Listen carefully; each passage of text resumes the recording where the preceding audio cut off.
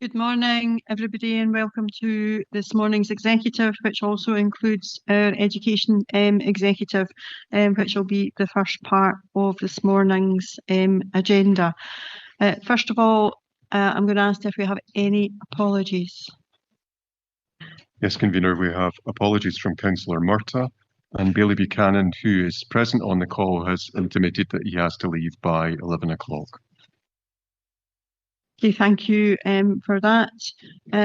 Just before we go on, can I ask that people ensure that their mobile phones are either switched off or on silent, as it does kind of disrupt the sound if they inadvertently go off. Do we have any declarations of interest? No, none intimated at this time. Move on to the minutes of the meeting of the executive on the 20th of January. Those have been circulated with the papers. I'm seeking agreement. Thank you. Are there any particular items in that require any clarification or a brief update at this time? No. Okay. We'll move into the rolling action log, and I'll go to Mr. Moody. Thank you, Convener. And just in relation to apologies, I should add, we've also received apologies from Margaret Wilson, one of the parent representatives. So in relation to the rolling action log, as usual, this records those decisions of the executive where the executive has called for a further report.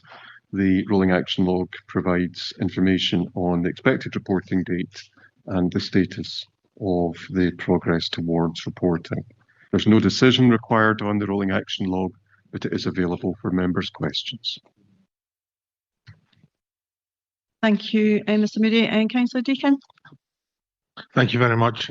Just on item for the Poker Town Hall, I asked Mr. Kittricks this already. So can we just get an update on what the final building is at the site and when that's coming down, please?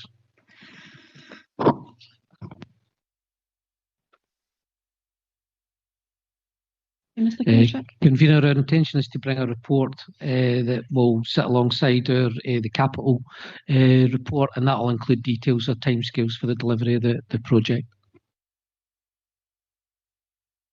Okay, thank you. There was a question, the old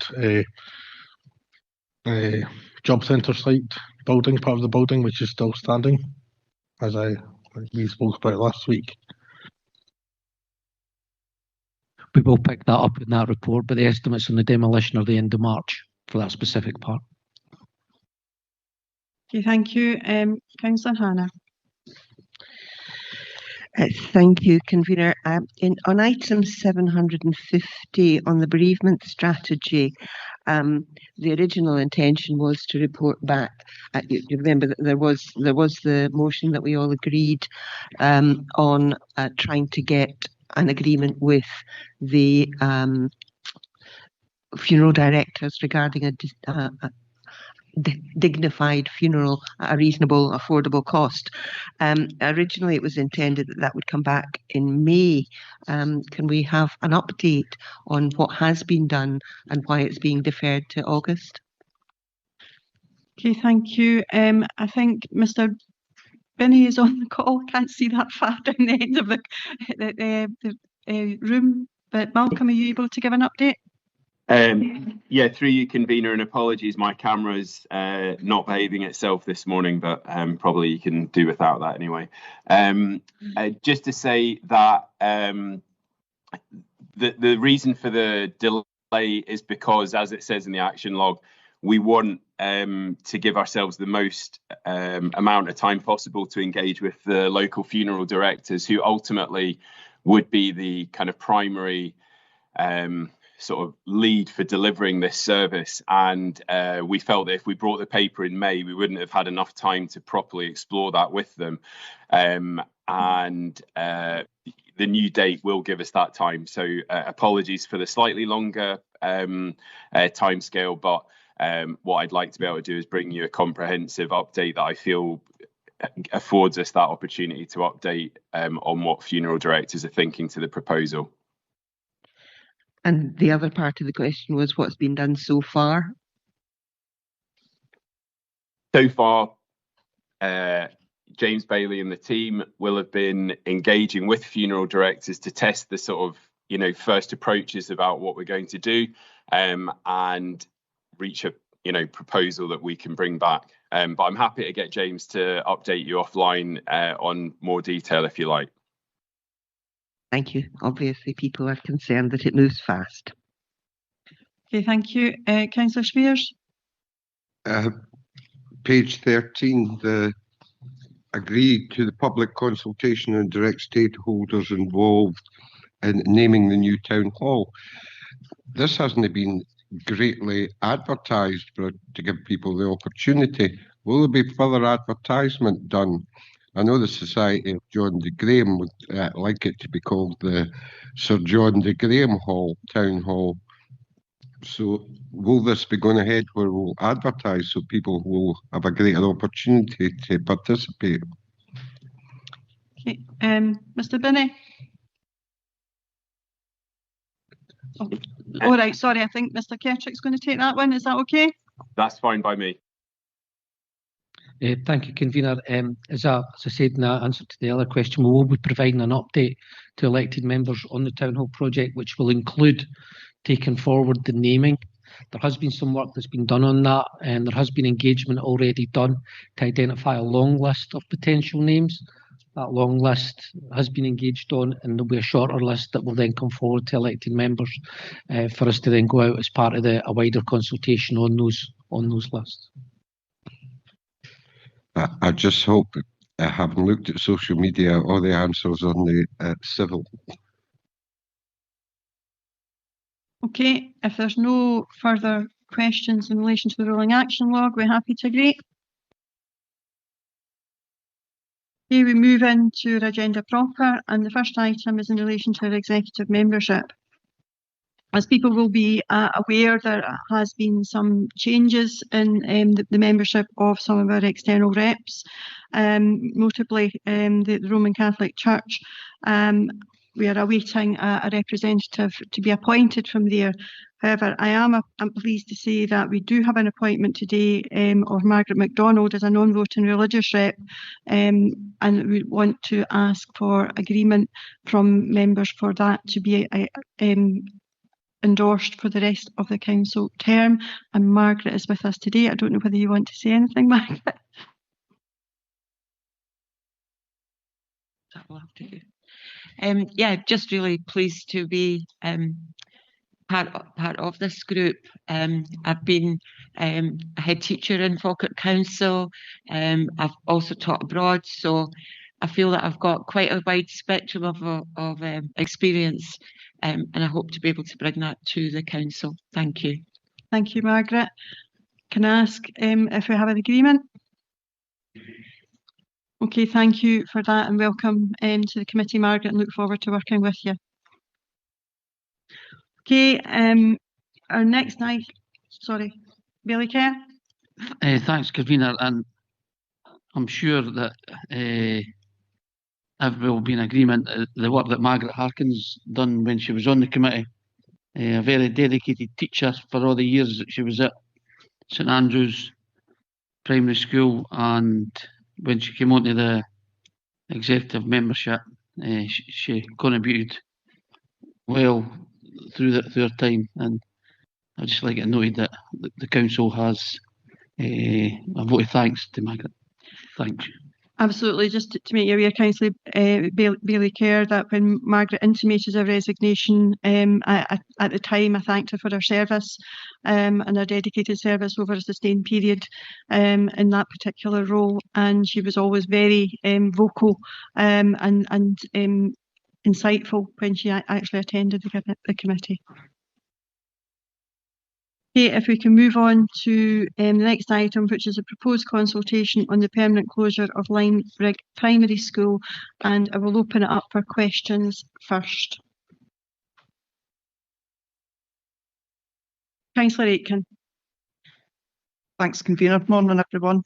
I just wanted to delve a wee bit into the background of it. It's we've obviously been here before with us, but it was called in on the 26th of July 2021 Just wondering if you could explain what a call-in means and the reasons that it was called in.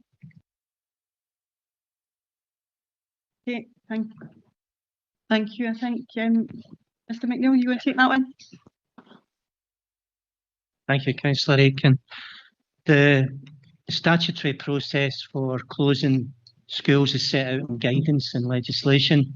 And previously, when the council made decision to close Limerick and Bothkenner schools, Scottish ministers took the decision that they wished to call it in for the school closure review panel to consider.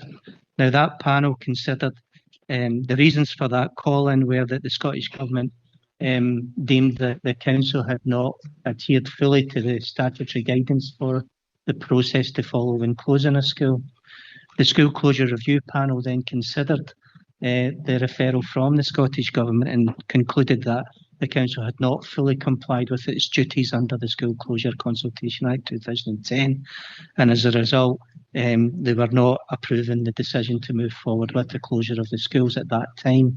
They did, however, reply, and in their reply state that the council should reconsider its position and should they wish to progress a proposal to do so in line with the 2010 Act, particularly section 12A of that Act, which in the case of rural schools, and this was one of the key points in case of rural schools, that there is a form of preliminary engagement and an adherence to the presumption against closure of a rural school. So that was the main tone of the reasons why the matter was called in and the decision from the School Closures Review Panel. Since then, of course, we've progressed a number of other subsequent consultations, including the closure of Blackness Primary School last year, and we were deemed to follow the process as required by Scottish ministers in progressing that closure. Thank you. That's brilliant, thank you. And my second question is, that decision was taken on July 2021. It wasn't until November 2024 that the Scottish Government officers requested an update from Falkirk Council. I'm just wondering why it's taken so long for it to come back.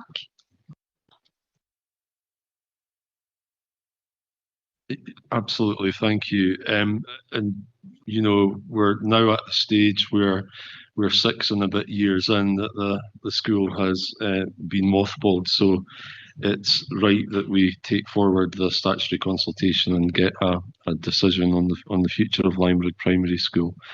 I think there's lots of parts to this answer, but statutory consultations, particularly for rural school closures, as Kenny has just alluded, they're lengthy and they're resource intensive. And since 2021, when this proposal was last consulted, Education Services have carried out 4 additional statutory consultations that have taken priority over the closure of this school that was mothballed.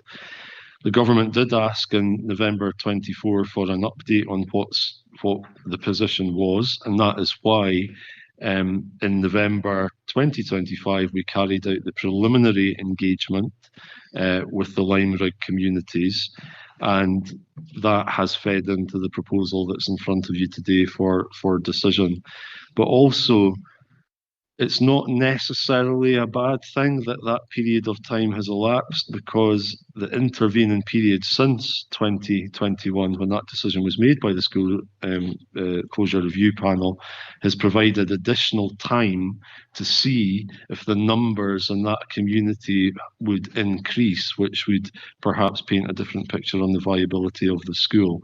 Now, that hasn't materialised, the position hasn't changed, but our proposal in the paper is now informed with that knowledge, whereas previously it wouldn't have been. That's brilliant. Thanks very much. Okay, thank you. Councillor Spears. Thank you. Sad day when we lose another part of our rural heritage, and the rural area has been hit again. Is there any other schools on the hit list that could be closed in the future?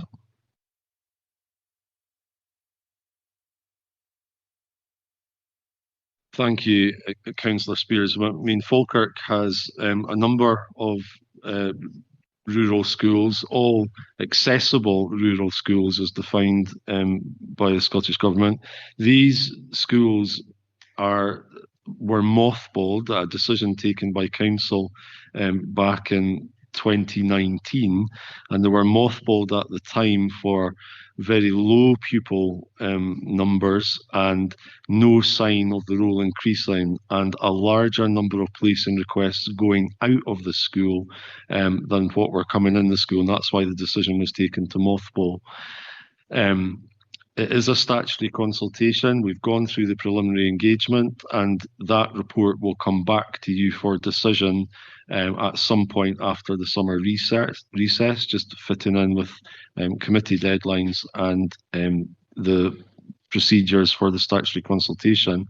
Any other decision that was coming to Council would be part of the learning estate review, which will look at the totality of all of our schools across all sectors, and if there were to be any further decision, then that would come back to members for consideration. Wrong.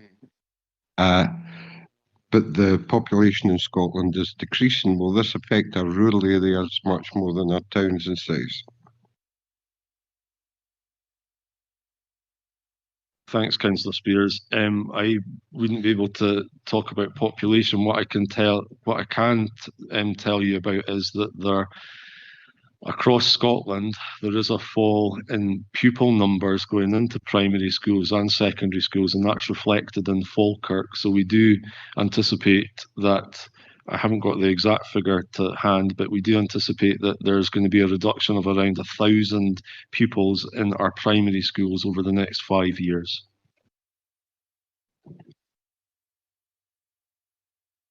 Okay, thank you. Councillor Hannah. Thank you, Convener. Can I ask what has been the cost of not closing and disposing of the school over that period, and what has been the cost of transport for the children from that area to somewhere else? Thank you, Councillor Hannah. The saving, the net saving that would be made by closing Limerick is around £25,000 per annum. So if you do the maths and multiply that, it's just around 150,000. The current cost of transporting the pupils from Limerick to Slamanan Primary School, some of the pupils attend other schools other than Slamanan, and they are not eligible for free school distance entitled transport. But I think there are 6 pupils that currently are in the Limerick catchment that do attend Slamanan Primary School, and that is in the region of £13,000 per year. But all of that has been taken account in the calculations to give that overall saving of 24,500, and that's detailed in Appendix 1, which is on page 80 of your papers. Thank you. And can we be assured that the consultation on this occasion will be done fully and with dotting all the I's and crossing all the T's?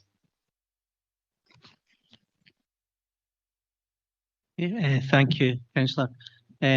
We can assure you of that on this occasion, and as exemplars of what we've been doing, we've had the learning experience and the lessons learned in applying the guidance and the legislation to the closure of Blackness Primary School, which was a rural school.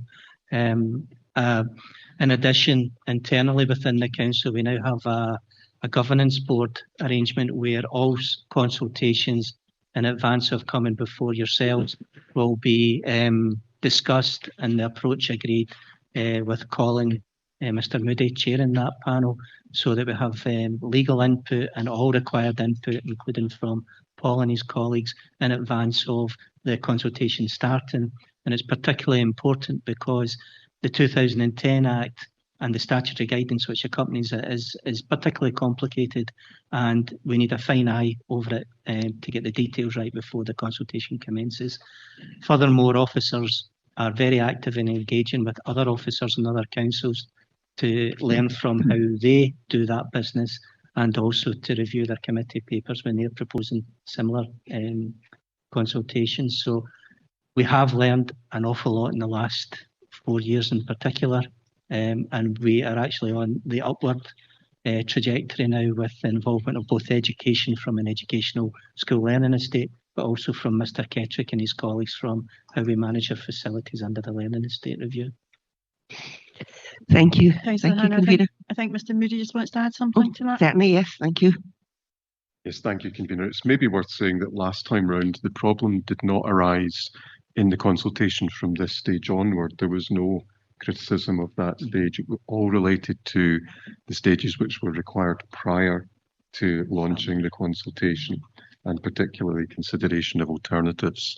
And I think members will be able to see in the proposal paper that there is full consideration of alternatives prior to this proposal coming before you. So there is proper compliance with the statutory requirements in this case, in the same way as there was with the Blackness Primary School proposal. Thank you. Thank you, Convener. Okay, Councillor Bundy. Thanks, Convener. It was just a quick question regarding the cost of the statutory consultation. It says in the report that resources are going to be taken within existing budgets, but not the actual cost of running the consultation. So just wanted some clarity on that. Thank you, Councillor Bundy. Just can I clarify exactly what you mean by the question? The costs of conducting the statutory consultation is just in terms of officer time.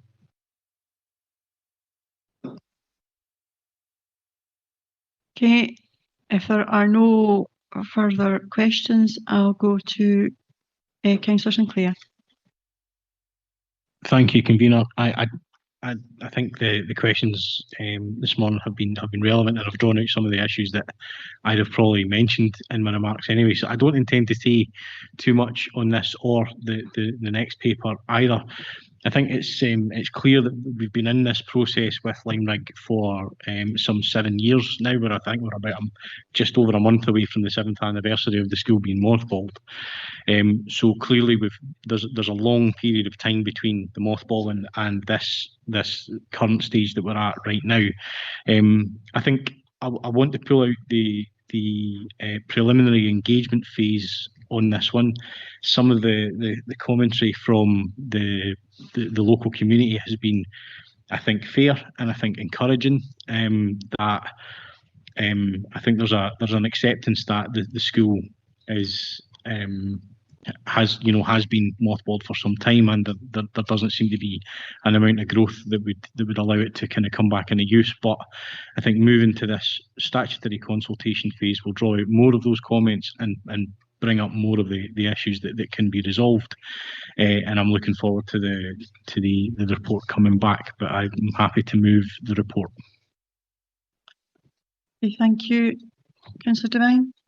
Happy to second. Okay, thank you. I'll go to group leaders now to give their comment on why no amendment. Councillor Hannah?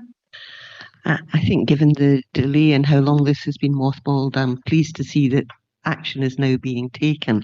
I'm just disappointed that it wasn't taken sooner. But we have covered the reasons for that. Okay, thank you. Bailey Kerr? Thanks, Convener. When it was mothballed 7 years ago, that I was part of the Upper Braes councillors. It was heartbreaking at the time to see a school in your area closing. However, Mr. Reid's put it quite plain that the amount of people who attended and the growth hasn't came to fruition. But so, it is sad that when it's your community, it's sad, but it's the right step to go. And all the kids from Limerick have fitted in well in Sliman over the years. Some of them have left and went to high school, some of them even left school now. So, thanks for the report. Thanks, Convener. Okay, thank you. Councillor Spears. Thank you. As we continue to build housing and social housing in our rural areas, it doesn't make sense that we are selling off or getting rid of buildings that hopefully in the future, when people have decent housing to live in, won't have a school for their kids to go to. Okay, thank you. Are we all agreed? Thank you. Okay, moving on to the second of those items, and it's proposed consultation on the permanent closure of Borkenat Primary School. Again, I'll open it up for any questions to officers. No, Councillor Spears. Having been the elected member previously before boundary changes for both Kenner and Skinflats, this is indeed sad.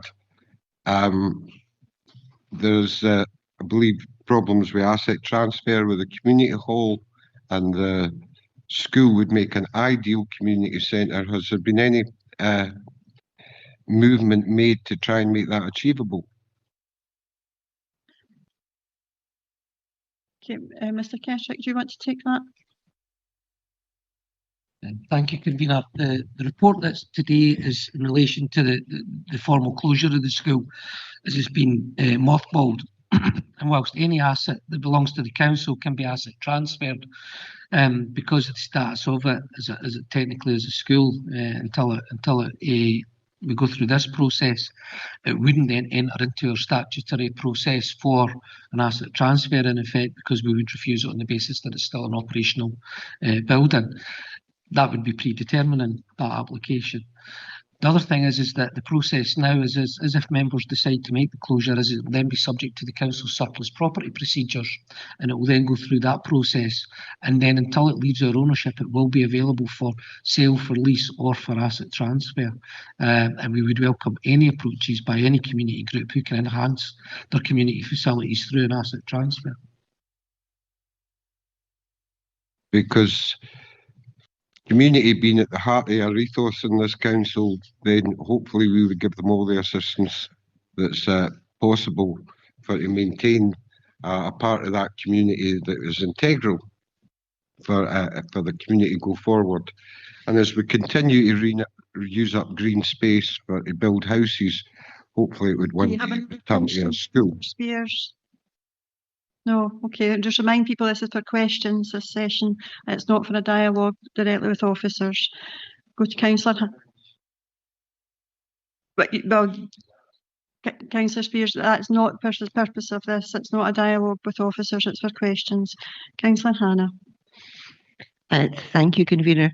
I'd just like to ask the same question about this. What's been the cost of the delay in completing this process, both in terms of the building and in terms of the transport for children? Okay, thanks, Councillor Hannah. Again, as detailed in the proposal paper on page 140, you'll see the calculation of the net costs. But to answer your question directly, closure of the school and disposal of the building would save just under 41,000 per year. So again, you can do your maths, and it's around a $250,000. In contrast, the additional cost for transport for the pupils who are transported to Beancross Primary is around £5,000 per year. Thank you, Convener. Okay, thank you. Councillor Spears, you've already had a question. I'm sorry.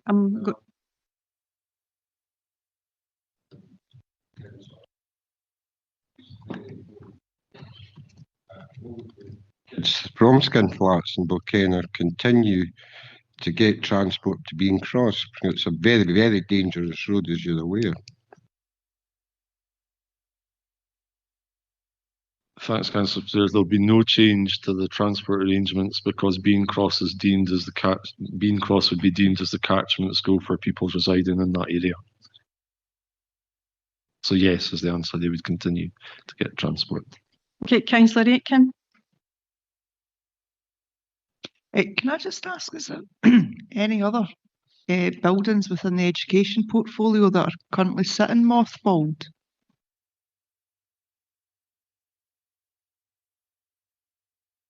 No, not in terms of schools. Blackness Primary School was closed and has gone through the appropriate processes with the council asset management team. So it's only Limerick and Bothkenner at the moment. That's fine. No, I was just curious. Thank you. Okay, if there are no further questions, I'll go to Councillor Sinclair.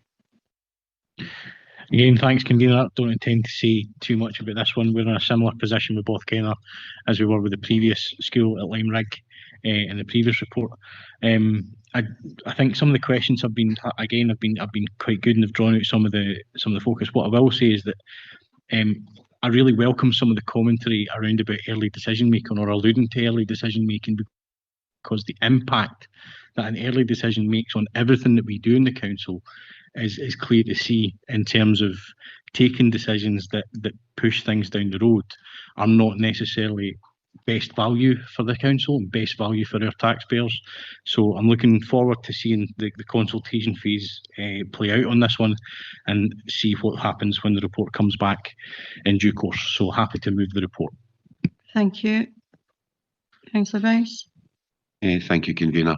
As a councillor for that area, it's never good to see the school closed, but it's understandable from this report. Therefore, I second Councillor Sinclair.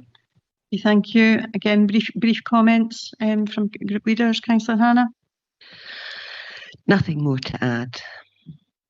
Bailey Kerr. No comment. Councillor Spears. Just to reiterate what has been previously said about our rural areas, once again have been hit, and we need to realise this council is a much bigger place than just one town. Okay, are we all agreed? Okay, thank you. That brings us now to the end of our educational part of the agenda.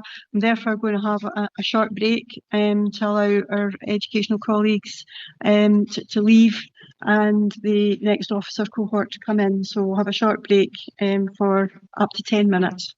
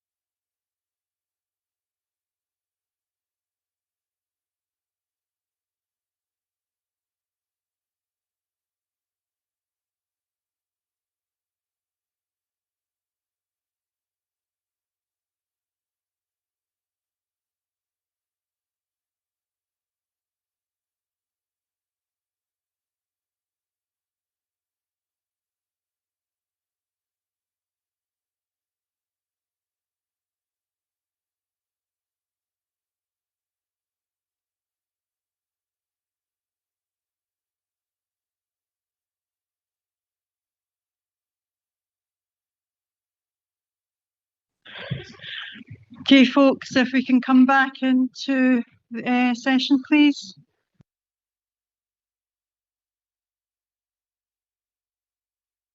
We're now into our next section, and the next item is the digital strategy, which I will open up for questions. And I would welcome Murat here, who is probably going to take most of the hard questions, I understand. So I'll begin with asking probably one of the most pertinent questions is, why do we need this strategy and what will it deliver?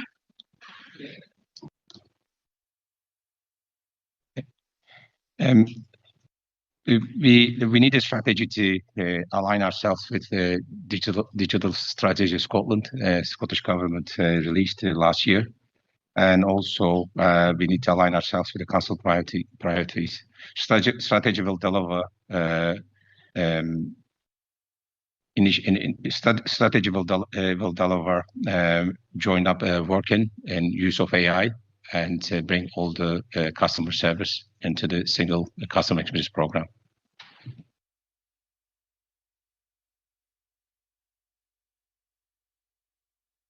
Okay, thank you. I've got Councillor Patterson.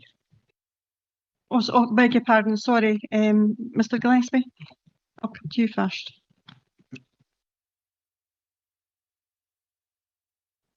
No, come at me first. Yep. She's ready. Digital strategy. This is why we need it to work with Commons.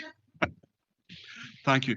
And I think also, just to tie back up on why we need the strategy as well, is because we are in great demand of our customers, our communities that want to use digital, want to have that flexibility to do that, but also to make sure that the more that we use digital, the more that we need to make sure that we safeguard as much as possible.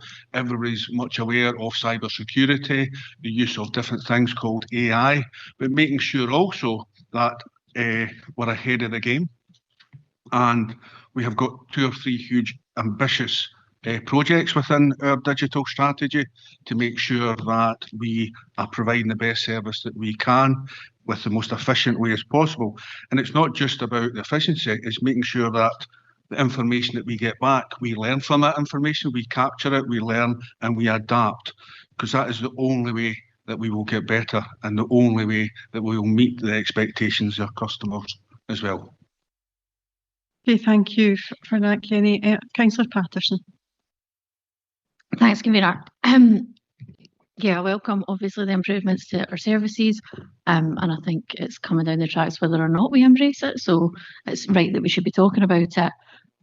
I have to say, when it comes to the sustainability impacts, section 6 of the report, I find the language just a little vague in there, and it largely focuses, I would say, on quite immediate impacts. So given that we know the strain that data centres can have on our electricity grids, on greenhouse gas emissions, on fresh water usage, I would really be looking for some firmer assurances on the wider implications of increasing our usage of AI. And I would also be looking, secondly, for a little more detail on how our climate team is going to be involved in all of the processes moving forward so that we're not losing sight.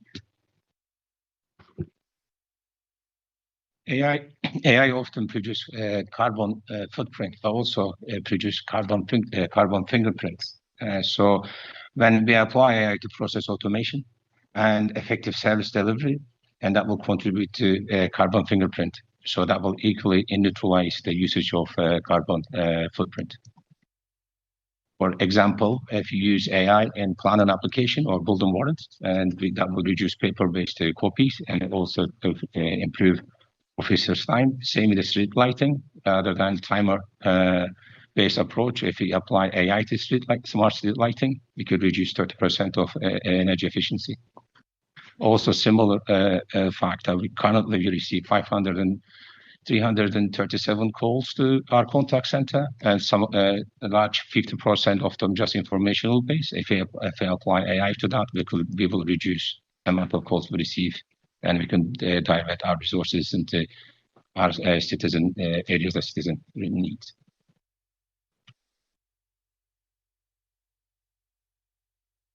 Thank you. Mr. Kirkpatrick, do you want to make any comment around the climate change aspect? Nothing much further to add, convener, as to what Murad's added in terms of our digital strategy, in terms of streamlining processes through the use of AI, for instance, will help our own carbon footprint.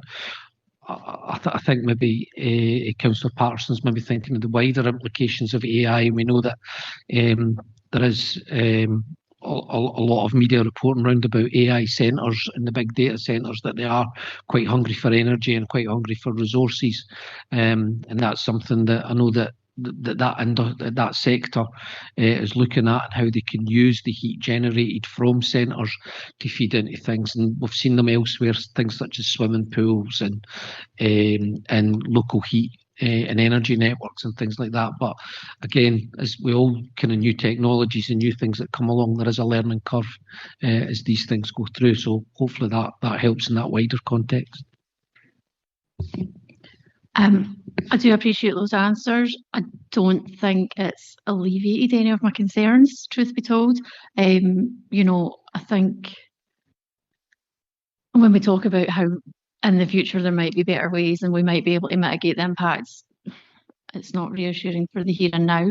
And I think just the second part of my question as well was, how is our climate team going to be involved moving forward?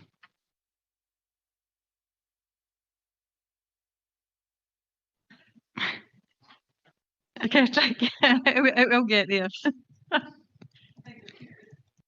Maybe too many mics on. I've got a note of everybody, so if we could. Thanks, convener. I mean, we do have a corporate approach to how we manage our carbon and our energy emissions across the council.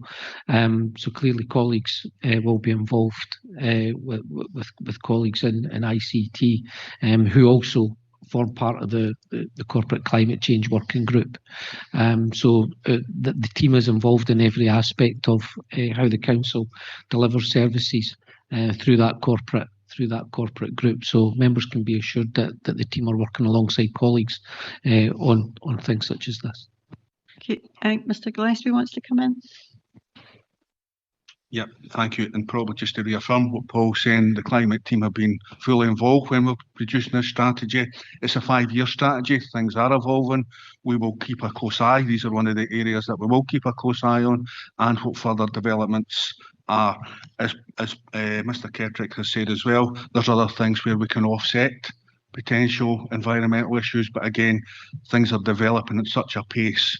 We need to be matching that pace and being ahead of that pace to make sure the things that I said earlier, that we can deliver these. No, appreciate that. It is obviously an evolving landscape and we should be keeping on top of it.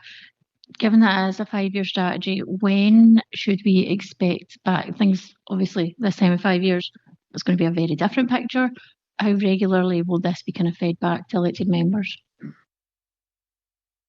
Okay. Karen, do you want to take that?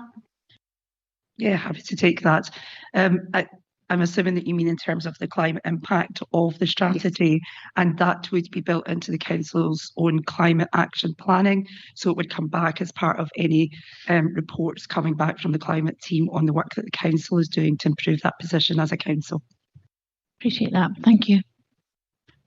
Okay, thank you. We've got Councillor Spears. My question is regarding streamlining.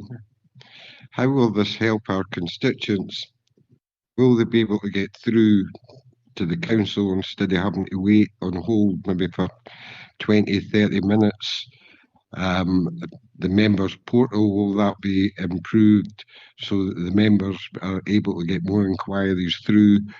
And whole things like that, it really needs to improve for our constituents and the public in general. So this streamline that service. Thank you very much for raising that, Councillor Spears. I'm aware of that, and we currently identify there is a multiple silo system within the organisation, and bring them to a central vote as a customer experience program. Within that, we will look at any inquiry comes into council. As a type of inquiry is determined as a council inquiry or FOI or request, and then we'll have proper SLAs attached to that, and we will look into every single thing in a single platform from end-to-end process, from a telephone call or the website or through the web chat. Okay, just a wee minute, Mr. Gillespie wants to add to that. If you don't mind, thanks. Well, we've already seen some advances to that already, Councillor Spears, and one of the things being, if we use a topic that has been scrutinised, is our contact centre. The average time before and waiting was, say, like 5-6 minutes because of digital and because we've got automation. That frees up these lines for others to get through much quicker. As you're aware, we're well below the 2 minutes in a lot of areas. That's because people can get served through automation. They can also get served out with the 9 to 5 time, and a lot of our customers' answers are being provided through automation. This again enhances the service that our customers get, and that is part of the strategy, is how we can make that better. Also, as Murat has said, it also identifies issues, but it also identifies issues that we can look at to support, and where possible provide additional information through the automation, which provides a much better service, instead of individuals waiting for 5, 10, and sometimes it was 12 minutes on the phone to get through, and potentially getting told the service is closed or you'll need to call back tomorrow. That information is now fully readily available. This digital will take us to the next level. To hear that the service is to be enhanced, can you tell us the cost of this? These early stages at Lord Councillor Spears, we'll look into identify existing costs for existing platform, and then we will feed back into management team to what future costs going to be.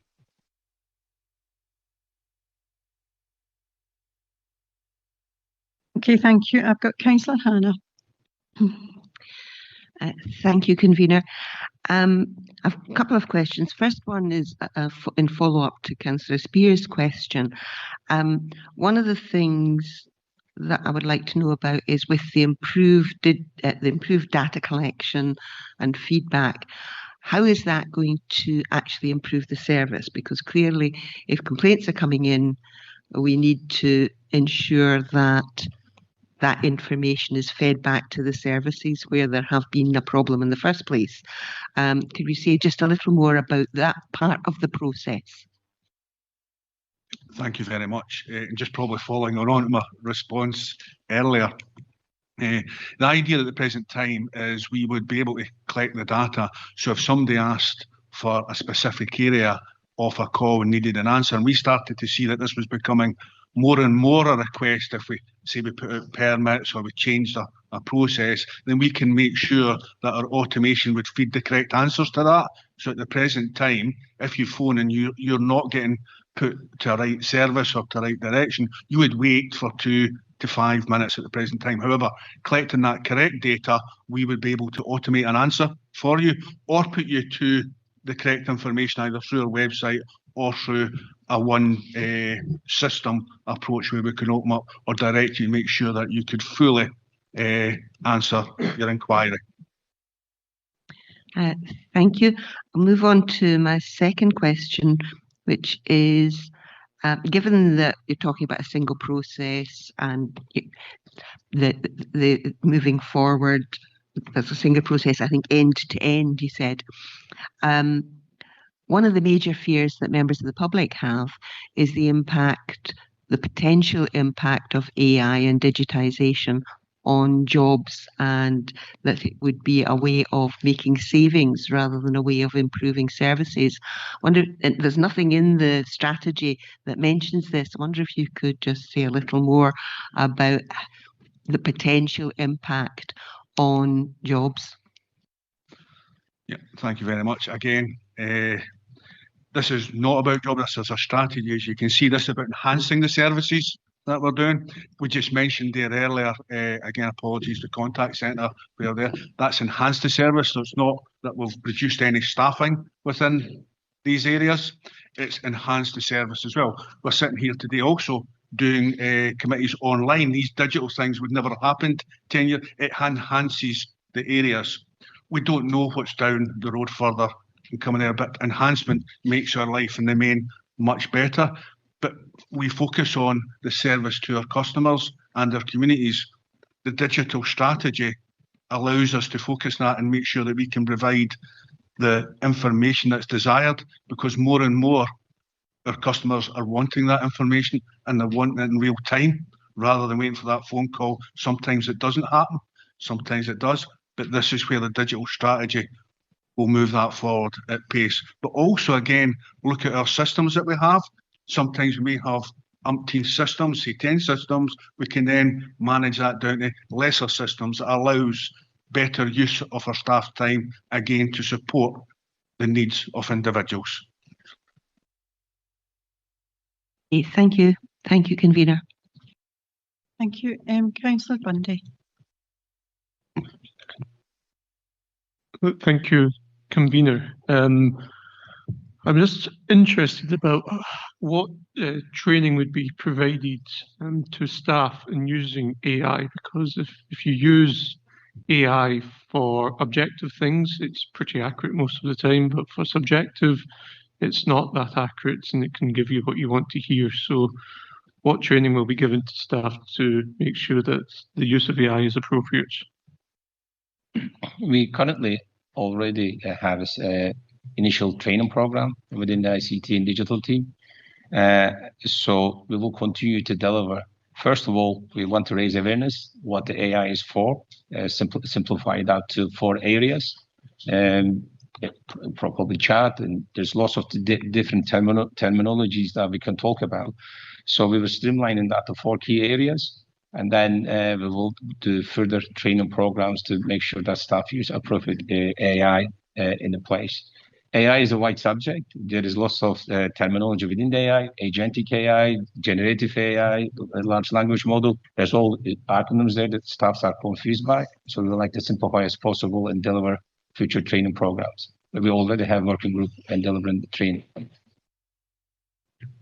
Thank you for that. In terms of the output of any AI system, it is influenced by what's put into it.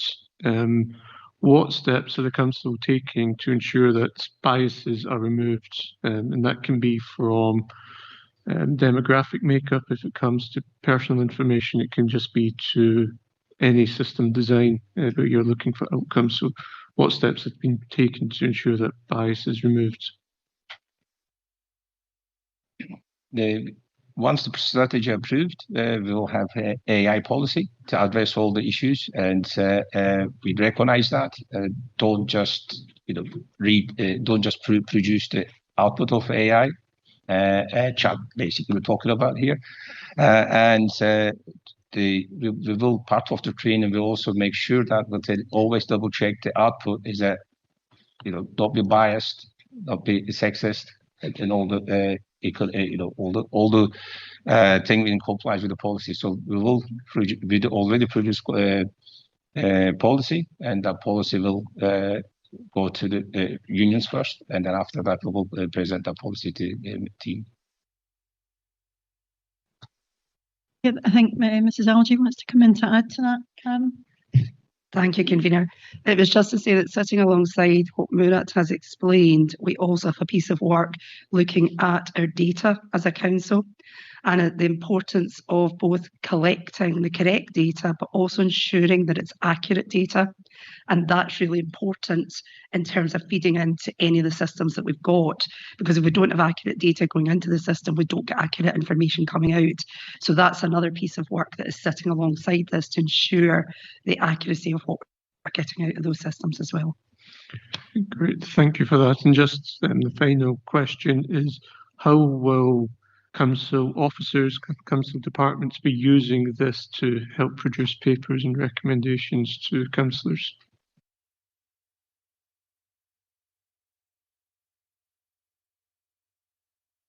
We are currently working in a project. We just have pilot projects to create a digital agent within the use of AI. So part of that will collect all the information, how we're going to produce council minutes, council the papers, and that more. All the jargons removed, and also plain English as well. So there's a project already underway, and to deliver that. Okay, thank you. Bailey Buchanan, you wanted to come in? Thank you. It's just, Convener, just to apologise to the committee and everybody else that I have to leave at this stage because I'm standing in for an event that the Provost unfortunately can't attend because of illness. Thank you very much. Okay, thank you for that, Bailey Buchanan. Thank you. Okay, if there are no other questions, I will look to move the report.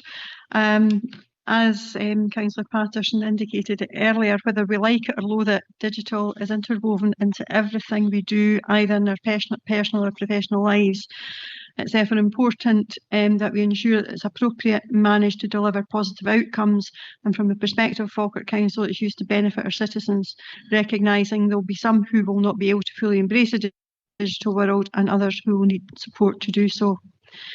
The Digital Strategy 26 to 31 sets a clear, unified ambition of how Falkirk Council will modernise services, improve operational efficiencies, strengthen cybersecurity and ensure all communities benefit from accessible, secure and innovative digital public services.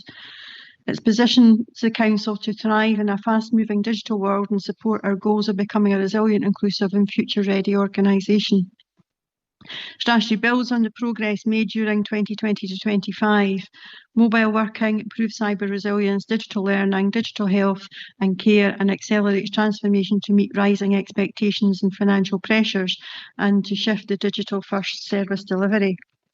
Some key areas that I feel are worth highlighting is the digital front door, which is supported by a structured customer experience programme to build on integrated systems that will simplify access and provide faster responses for residents by freeing up staff to give time to those who need it most.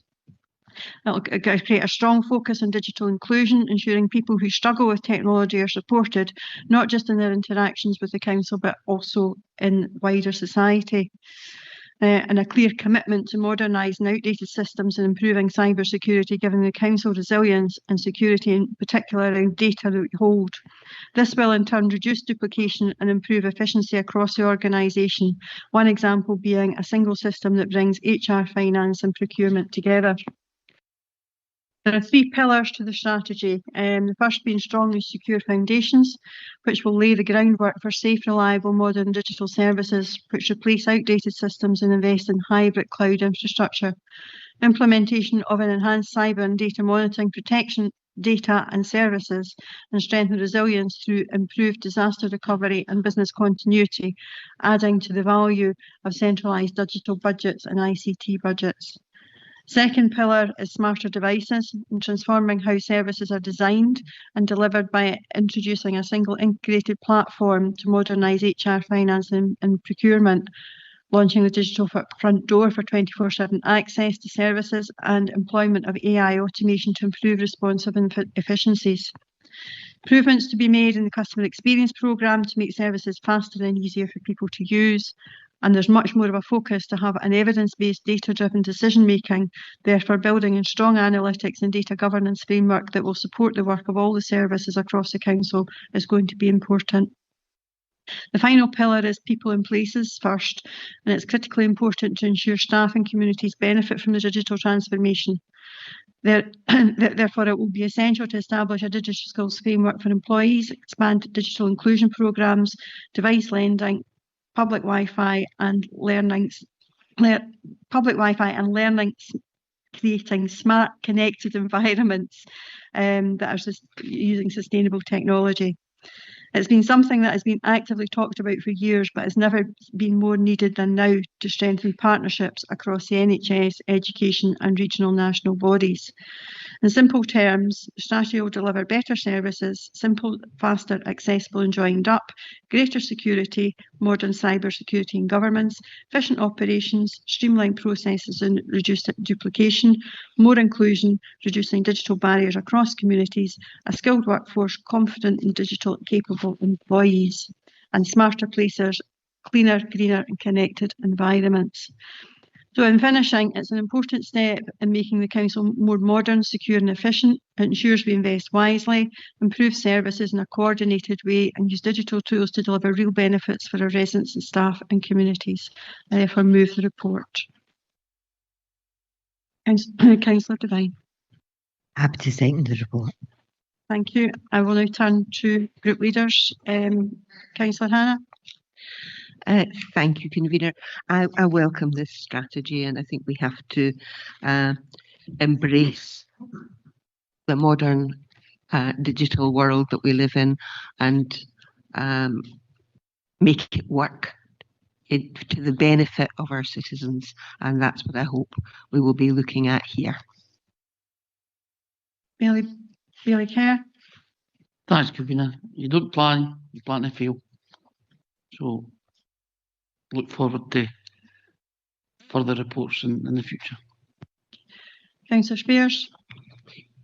Yeah, other words for AI is all imitation. People don't believe what they're seeing because they think it's just AI.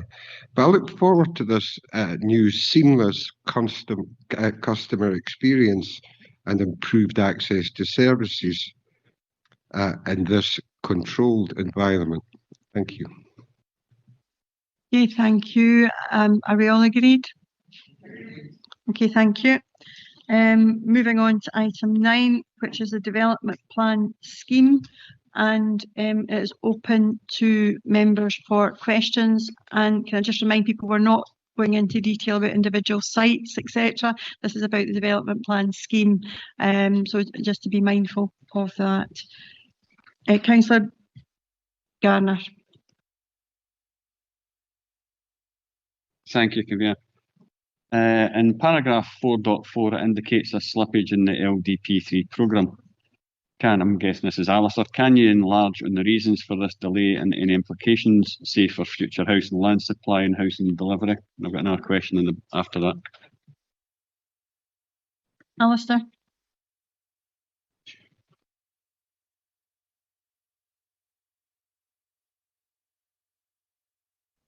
Yeah. Thanks, Councillor. Yeah, I think the adjusted programme reflects a kind of cautious view of the time it's going to take us to finalise the plan, a complex piece of work, and I think the main reason is the scale of the site assessment work that we're having to do. We've got some very big and complex sites, and there's a lot of information to process in relation to those sites. I think also the fact that we set out in the evidence report an ambitious growth target, so for housing, and that means we're going to have to verify the robustness and the deliverability of more and bigger sites, I guess. And I think that word deliverability is key. I'm sure members are aware of sites that have stalled in the past and been delayed. I think the more we can do in deliverability of sites up front, the less problems we'll have at a later stage. So, and I think the other comment I would make is that we made a commitment at the start of this process that we would involve members more closely in the process, and that the programme now allows for time. I expect two blocks of consultation with members, probably before the recess, and then in the autumn time. So the extra time just make sure that that members are getting that opportunity to comment and influence the strategy. In terms of impact on housing delivery, we know there are concerns at government level about plan delays and the impact on that on housing outputs. I would say probably that 3 months isn't particularly serious delay in the overall scheme of things. And I would stress that in the meantime, we do have a pretty generous land supply. Sites that are large sites that are just getting going and will deliver completions over the next few years while we're getting our new plan adopted. Thank you. My second question is how do we stand in relation to other planning authorities in terms of progress towards putting in place the new LDPs? We're not doing too badly relative to other authorities. So we got our evidence report through the gate check, and I think we were the 4th out of 34 planning authorities to achieve that. So we're well ahead of the game in that respect. Probably our cautious approach to timescales for the next stages means I guess we'll probably end up mid-table in sporting parlance. By the time we get to adoption in 2028. So yeah, and all sorts of things can happen over the next year or two. We have an examination process that we've got not too much control over. And we may make up time this year. Who knows? So yeah, I think overall we're not doing badly relative to other authorities. Thank you. Okay, thank you. But Councillor Redmond. Thanks. The question I've got is, could officers confirm how many sites came forward for housing during the kind of recent call to sites, and at this stage are any of them being recommended to go into the development plan, or how many of them are recommended to go into the development plan? Thanks, Councillor Redmond. I think we got around 100 sites through the site submissions process, but there's another 60 that we have to assess because they're existing sites, and we need to verify that they don't automatically go into the new plan from the existing plan. They have to be assessed as well. So around 160 is the total number of sites we're having to assess. In terms of which ones are going to come forward, that's what the site assessment process is about. We haven't made final calls on that. We're working through that at the moment, trying to look at what in terms of all the attributes of the sites, their accessibility, environmental performance, sustainability, accessibility, and, as I was saying, deliverability. So it's a complex equation. But we expect probably by I talked about a consultation with members before the recess. By that stage, we hope to have probably a list of preferred sites, probably not completely nailed down, but give an indication of our spatial strategy at that stage. Perfect, thanks. And I suppose that can raise that, you've done good. You've got through about 100 sites, but we've still got about 60 to go. We're already sort of 3 months kind of behind. Do you feel like you've had adequate sort of resources in supporting this, or is there any way we should maybe be putting more assessors in to try and speed this process up a bit? I think, yeah, I mean, the resourcing is an issue. We're a small team. I think probably about half the team we had at the start of the LDP2. We are looking at ways of speeding up the process, and Scottish Government they ask us every 6 months what our timescales are and what that exact programme, that exact question you've asked, which is what measures are we taking to speed it up. I think it's really procedural stuff, trying to be more efficient. We're not going to get any more staff, so it's just doing things a bit smarter. I think that's probably the answer over the next. But it's difficult because you don't want to make shortcuts. I mean, we could have a slightly less onerous process at this stage, or rigorous process at this stage, and put sites in that still have risks against them. But that might bring more difficulties further along the stage. So it's a balancing act. How robust do you want to make your LDP? You can't answer all the questions at that stage, but we try and do as much as we can. No, I think you're 100% right there. It has to be done right. It'll cause problems further down the line if we don't. Just a quick follow-up. Is it just, in terms of the resources that's there, is it just yourself, and how many's on your sort of team, and do people go back and forward between picking up? So there's I've got 3 other staff. Right. Thanks.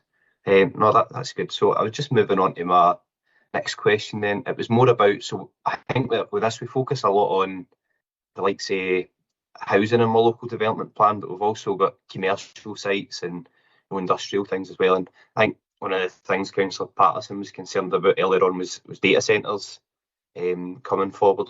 So could you maybe speak a wee bit about potentially, has there been any sites coming forward for industrial developments, commercial developments, sort of data centres, battery storage as well? I think that might be something that could be quite big coming forward. Is there much in the way of that in the development plan? We haven't had many submissions in relation to conventional business or industrial development. As you probably know, most of it's for housing, but we have had some sites come in with for data centres, but they're highly speculative, and I think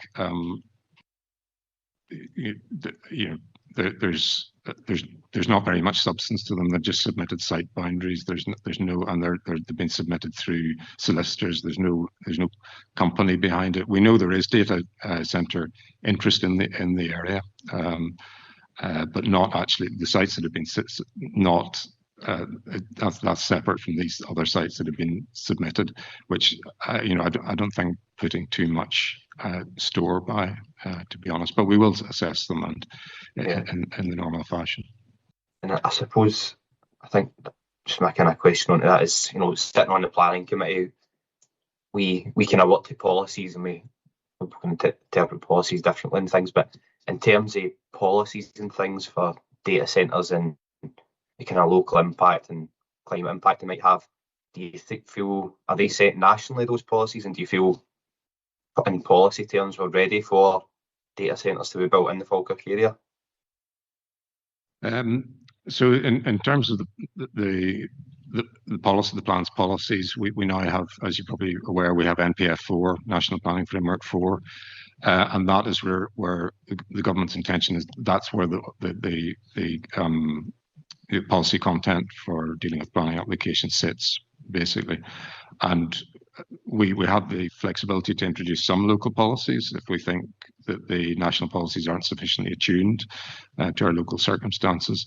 I think on data centres, I think we would probably, in assessing data centres, we would probably be relying on national policies. And you're probably aware of some of these. I mean, the issue around carbon footprint and emissions, that's been raised in relation to data centres, and we know we have a national policy on that. So that will be assessed as part of any application that comes in, and indeed any EIA that might be required, environmental impact assessment. Perfect. Thanks a lot for all your answers. That's all my questions. Cheers. And Councillor Hannah. Thank you, Convener. There was reference made earlier on to an ambitious growth target, and also to the issue of deliverability. I'd like to just kind of ask you to say a bit more about that.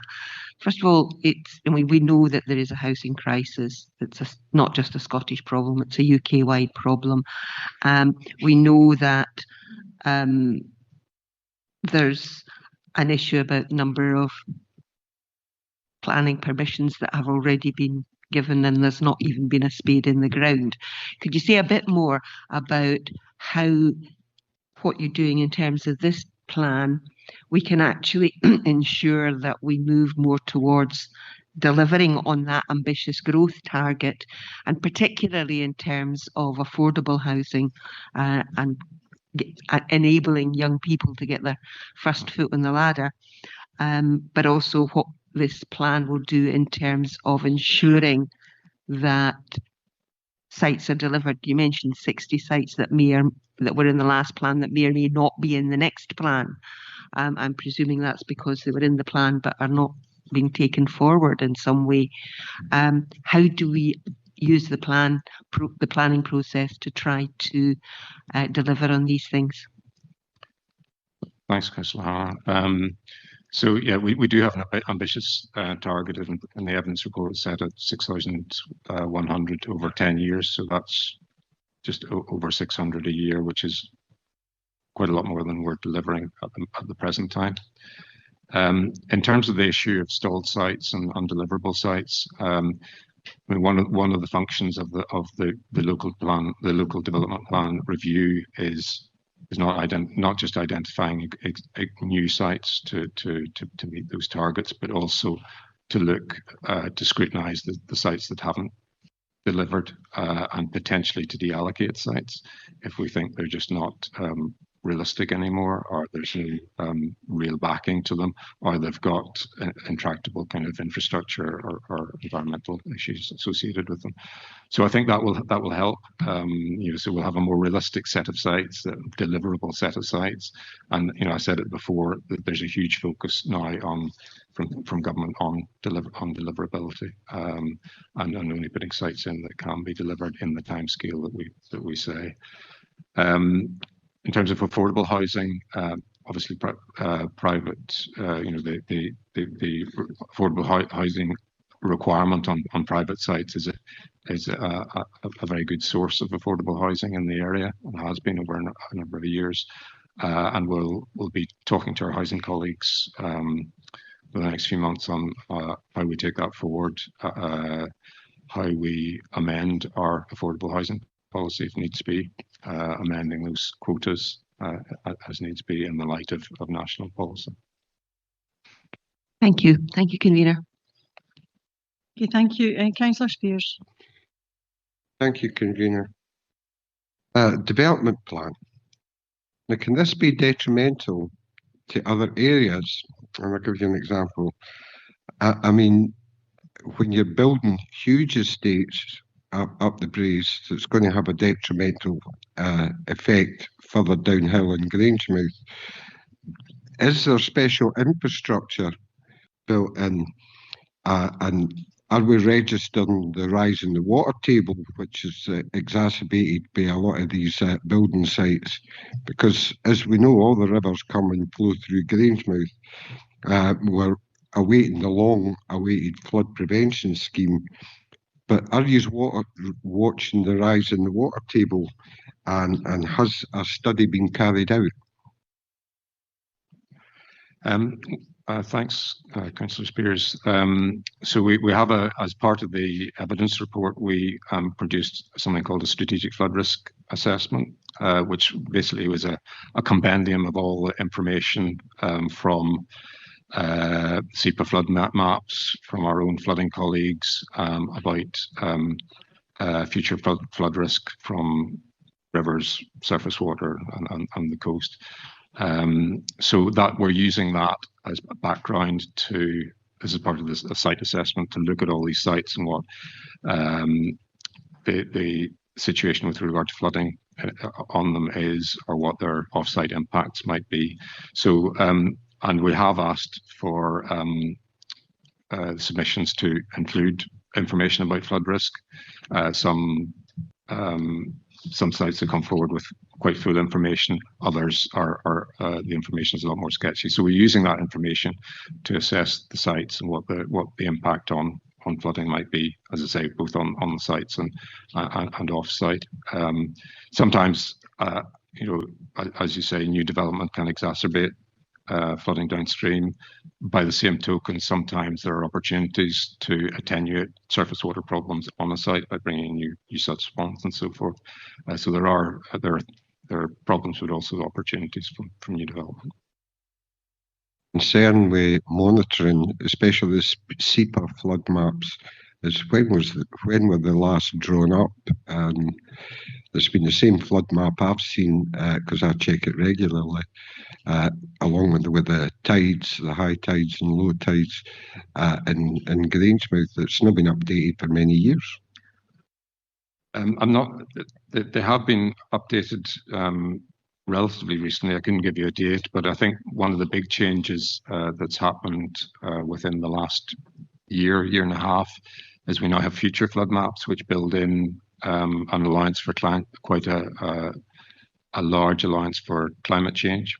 So if you look at those compared to the normal flood risk maps, there's a lot more areas affected, and that really kind of brings it home.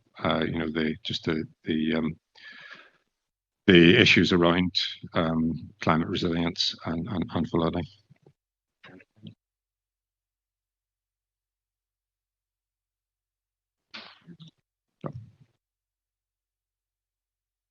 Okay, thank you.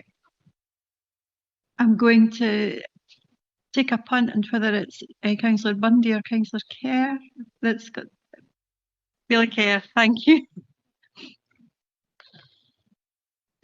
Thanks, convener.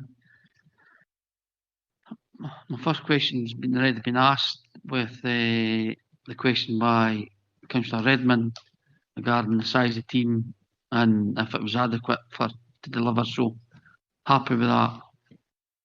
Can you clarify for me, please, on figure 5 on page 184, the adoption of the plan August to September 2028. Then when you go to figure 6 on page 188, adoption, says November with no date, then April 2028 and May 2028. So is that the same thing? The adoption is the same thing? That's I think that's a typo. Councillor. All right, okay. Yeah, I think what's happened is that the timetable itself. See, I did read the report. Sorry, I did read the report. That's very impressive. Yeah, so I think some of the dates in figure 5 haven't been. The main purpose of figure 6 is about the what we're doing at each of the stages of engagement. But I think there's typos we can pick up there. I think some of the changes to the timescales haven't been reflected. Right, thanks, Alistair. Figure 6, yeah. No, this is maybe a question you can answer. National Planning Framework 4 came in last year, the year before. Will there be a National Planning Framework 5 after we do our little development plan 3? There will be a National Planning Framework 5 because the Planning Act says that it has to be the National Planning Framework has to be reviewed at least every 10 years. So potentially we're looking at a new NPF4 by 2033. So yeah, you're right. I mean, there is this issue of the overlap of plan review periods, and we've always had that in planning when we had structure plans and local plans and national plans. You could never get everything in sync, basically. But we'll obviously do the best we can. I mean, we've still got NPF4 has still got a reasonable life ahead of it, and we don't. So we don't expect there to be too many problems over the initial period of the plan. What happens thereafter and whether that has any major implications for LDP3, we'll just have to wait and see. I just know how much it threw everything up when the last one came in, first, especially yourself and the planning officers. Yeah. And my last question is with regards to Section 75s. I don't know if this is the appropriate time to talk about it, but I think over the years we have not been as forthcoming with developers to contribute to help us deliver different aspects of infrastructure, schooling. Will that be part of this going forward? It will. So at the moment, our guidance on developer contributions sits in supplementary guidance, which was prepared after LDP2. So now, because of changes in the Act and the fact that supplementary guidance is no longer part of the plan, we're going to actually have to move our guidance into the main body of the plan, probably as an appendix. So that will have to be prepared in time for the end of the year. So we'll be working on that in the coming months and reviewing existing guidance, just looking to see where we can improve some of the issues that we've had. We're constantly monitoring the implementation of Section 75s, the problems that were arising. So we'll draw learning from that in in the redrafting that will happen over the course of this year. That's very encouraging, because personally I think we've slept in the years gone by where we've had big developments in Larbert area, where I think we should have had, personally I think we should have had a lot more out of the developers than we did. But thanks, Alistair. I appreciate your answers. Okay, final question, Councillor Bowes. Yeah, hopefully quite a quick question as well. Alistair, you know that there's a 3-month movement of time for producing LDP3. Can you just confirm that LDP2 will cover that period? There's not a problem there. It's not that we'll have a 3-month period with no LDP. Thanks, Councillor Boyce. Absolutely, yeah. There is no time limit as such on local development plans, and certainly my view is the LDP2 is still robust. There's still a lot of content proposals in there that are still to be delivered and are being delivered at the present time. So yeah, it continues to be a robust document for the planning of the area.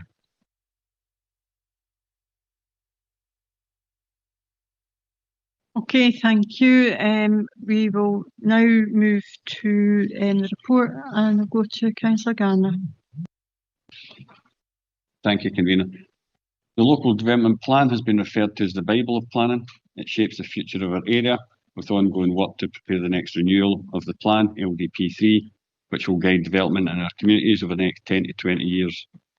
This report before the Executive today presents the Annual Development Plan Scheme, which explains the plan process, highlights progress over the past year, and sets out an updated future programme for plan preparation, including a participation statement showing how the public and stakeholders will be involved. The evidence report passed through Scottish Government's gate check process early in 2025. Key tasks undertaken over the past year includes the Call for Sites exercise, inviting landowners and developers to submit development proposals for consideration, and a public consultation on priorities for LDP3. Members were briefed on the Call for Site submissions in the late summer. Work is now well underway in all these sites to assess which might be suitable for allocation as part of the plan strategy. The focus this year will be in development of the proposed plan itself, which is expected to be presented to Council for approval and published for formal consultation in early 2027. There will be challenging decisions to be made as part of this process, particularly given the scale of ambition for the housing growth set out in the evidence report and the complexity of determining which sites can best deliver that growth. The programme in the Development Plan Scheme estimates that the final adoption of the plan will occur in summer of 2028, which involves some slippage from last year's schedule, as we've heard about. This will allow additional time for scrutiny of the candidate sites to ensure the plan is robust and deliverable. Happy to move the report. Thank you, Councillor Rice. Happy to second the same. Okay, thank you. There's no amendments, so I'll go to group leaders for brief comment. Councillor Hannah. Thank you, Convener. I have nothing to add except to say well done to Alistair and the team, because I recognise that there's been a huge amount of work in bringing this to this stage, and there's still a huge amount of work still to do.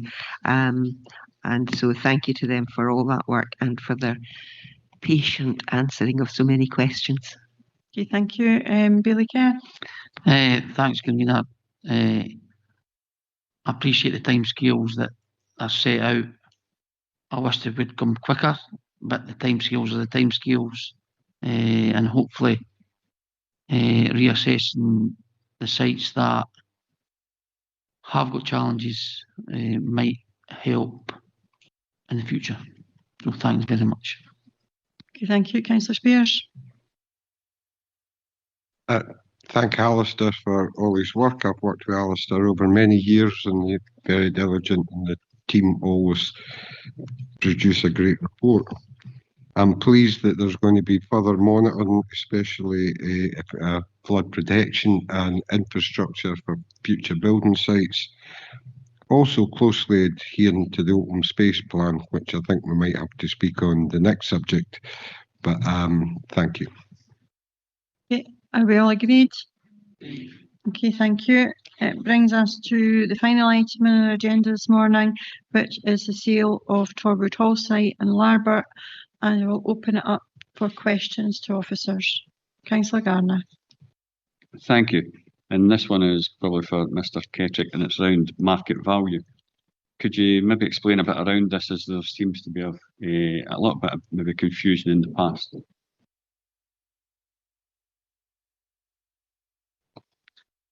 Thank you, Convener. The market value is defined by the RICS as an estimated amount which a property or an asset should exchange for, and it's based on a willing buyer and a willing seller, with no compulsion, and both parties acting knowledgeably. Where we occasionally get confused is between estimates of market value which are undertaken and then the actual sale prices. Sale prices, once they conclude, then generally dictate what the market value is at that point, but estimates in advance are by their nature estimates but are referred to as market value. So sometimes we get confused. So in this paper, the market value, because we now have an offer that has been received and we recommend their acceptance, would be £800,000, which may be more than what we originally estimated it for. That is the nature of the property market.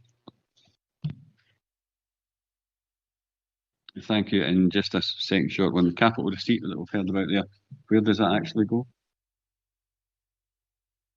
Thank you, Convener. It's a good question, Councillor Garner. To provide clarity on that, it goes into the Council's General Services capital pot, and that is then used to fund the Council's capital investments, which could be anything that would be considered by members that's a general services type thing. So that could be school investment, it could be roads, it could be open space, it could be all of those things that we consider in the capital plan. Thank you, I appreciate that. Okay, thank you. I have Councillor Spears. Thank you, Convener. Does this meet with the local open space policy plan? First question.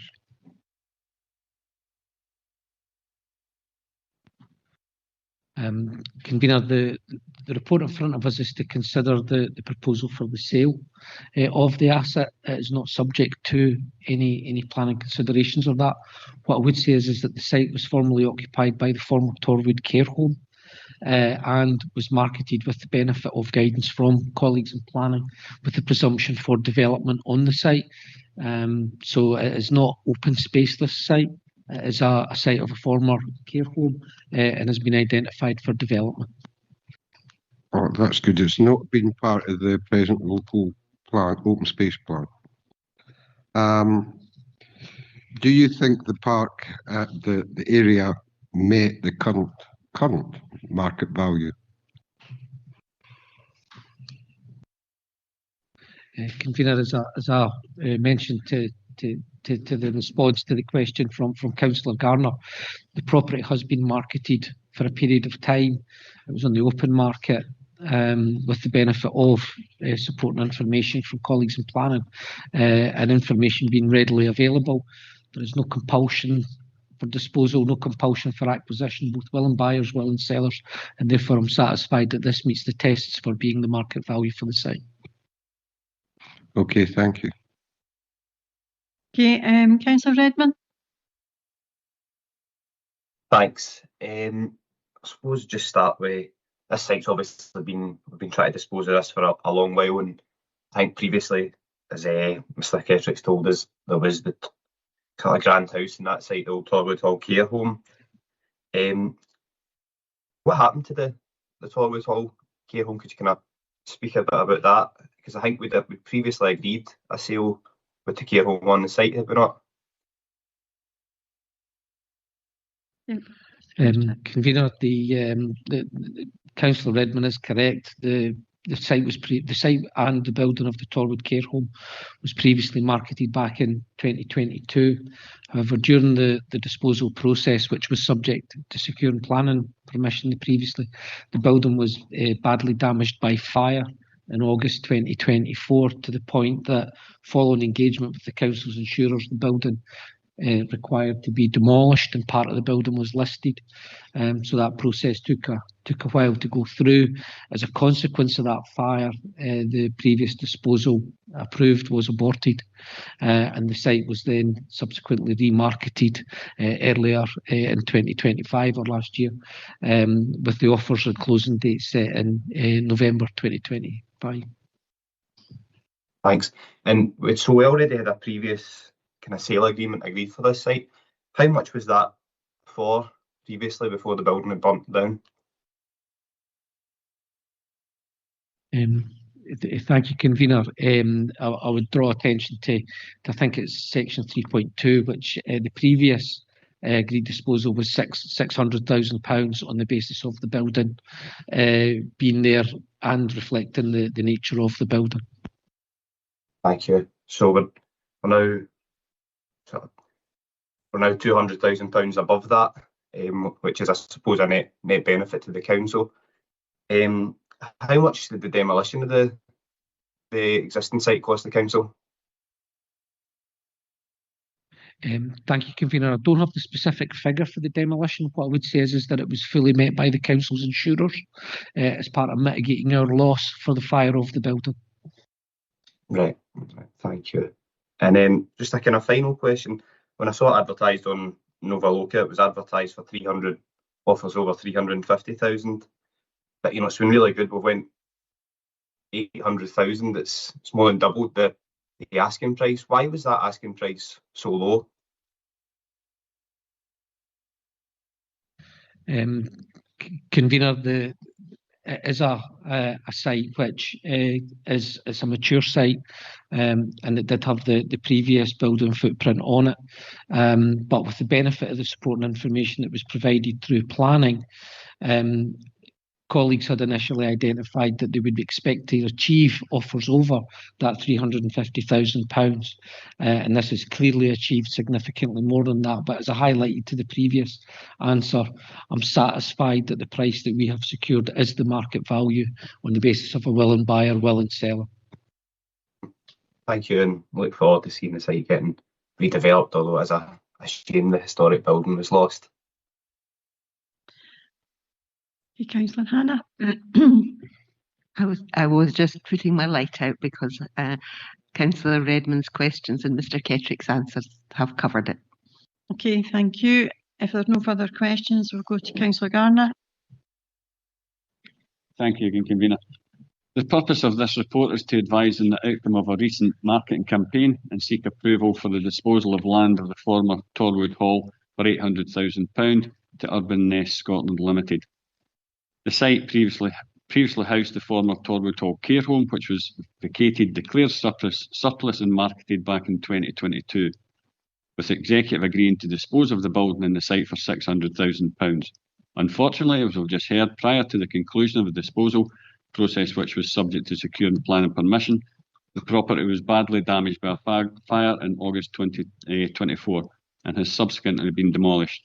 Following this, the property was remarketed, and the offer from Nest is considered the best value offer received and therefore recommended for approval. It is good to see that a substantial receipt will be secured by the council and the site will now be redeveloped for new homes. Happy to move the report.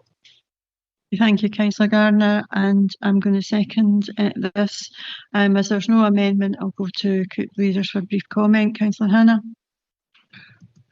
Just welcome this additional funds coming in, and I'm satisfied that all the right actions have been taken.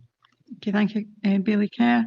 Thanks, Convener. I think the £800,000, £200,000 more than the last bid. Unfortunately, the building caught fire.